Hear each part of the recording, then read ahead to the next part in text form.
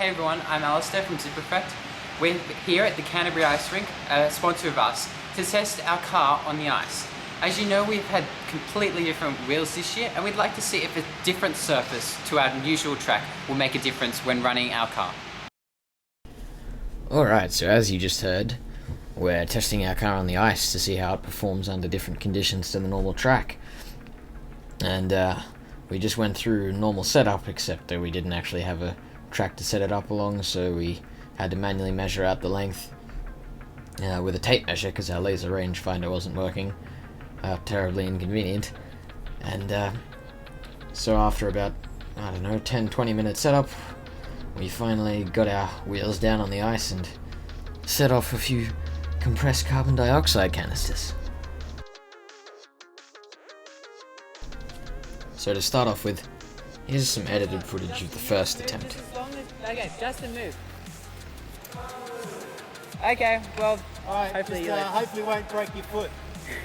It's not going to break your foot. Alright, fire in the hole. 1 light, 2 lights, 3 lights, 4 lights, 5 lights. We're going.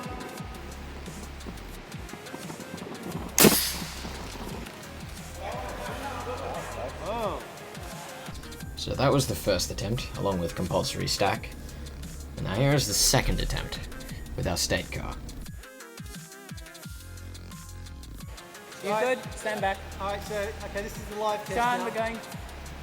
Okay. 1, 2, 3, 4, 5, going.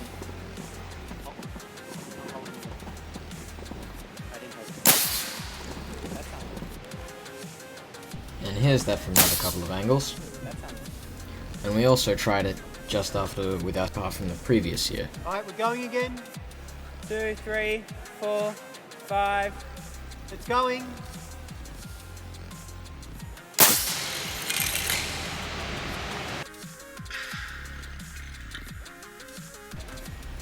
The next car we ran was our sponsorship car, which is a little plastic car that we make using our laser cutter. It's the fastest of our cars because it's so light and has very little material to actually move.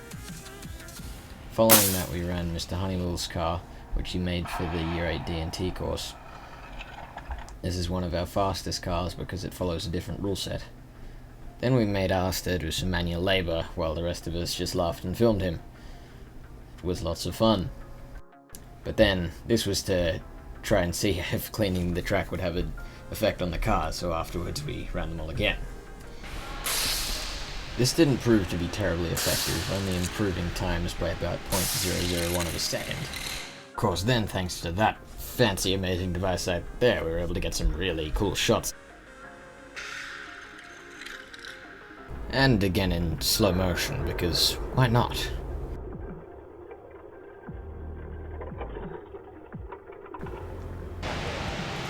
And then we ran our sponsorship car, which was the fastest car that we ran. And then Justin sacrificed himself, well, thought he was sacrificing himself, to get this next amazing bit of footage.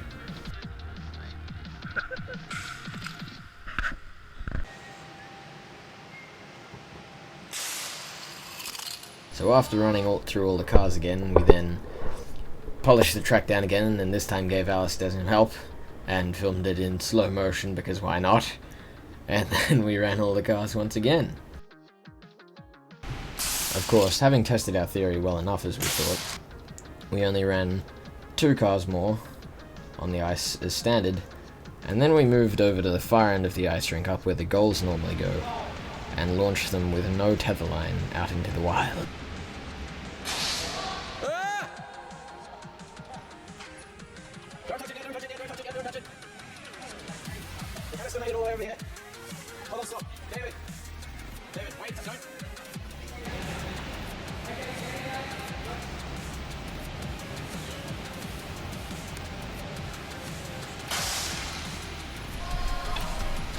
So as you can see, the fact that the hole in the canister isn't punched directly in the center has a huge impact on the way that the car actually goes. It doesn't even go straight for a second. I'll just slow this down here, and you can see it actually spirals off to the right. And and then peels off left, which is ridiculous for something that's supposed to go straight down a straight line, that the forces that are operating on it are so oddly directioned. And then also the canister just breaks out and goes flying off on its own. Of course, from this we weren't able to determine very much, because it was unclear as to why it was actually going in odd directions. We assume it's because the canister holes weren't directly in the center, thus the inconsistency. Although, humiliatingly, Mr. Honeywell's car did actually go the straightest. And then also another interesting clip is this right here, where you can actually see the car rocking on launch. So through this, although we didn't gather much, we've spent a bit more time looking into how we can stabilize the car on the initial canister release. So anyway, that's all from me, and thank you for watching. On behalf of Zipper Effect, we'd like to thank you for letting us use your ice skates, and we'd just like to present you with this spark. Thank you.